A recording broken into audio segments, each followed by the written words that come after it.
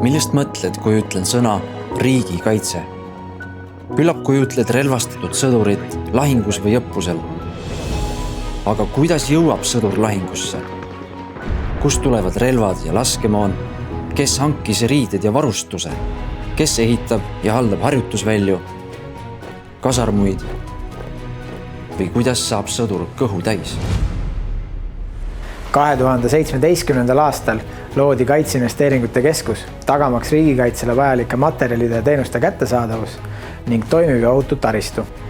RKIK-is töötavad riigi parimad spetsialistid, kes tagavad, et iga kaitsesse investeeritud euro eest saaks võimalikult palju kaitsevõimet.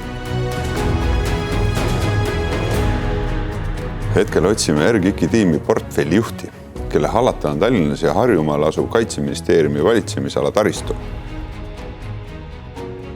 Sinna kuulub näiteks miinisadam, Juhkentali ja Filtri sõjaväelinnakud ning teised olulised riigikaitseobjektid. Kas oled valmis riigikaitsesse panustama? Järgmise 5 aasta investeeringute plaan on üle 30 miljoni euro. Sinu ülesanne on seda parimal viisil juhtida, kaasata meie insenere ja projektijuhte.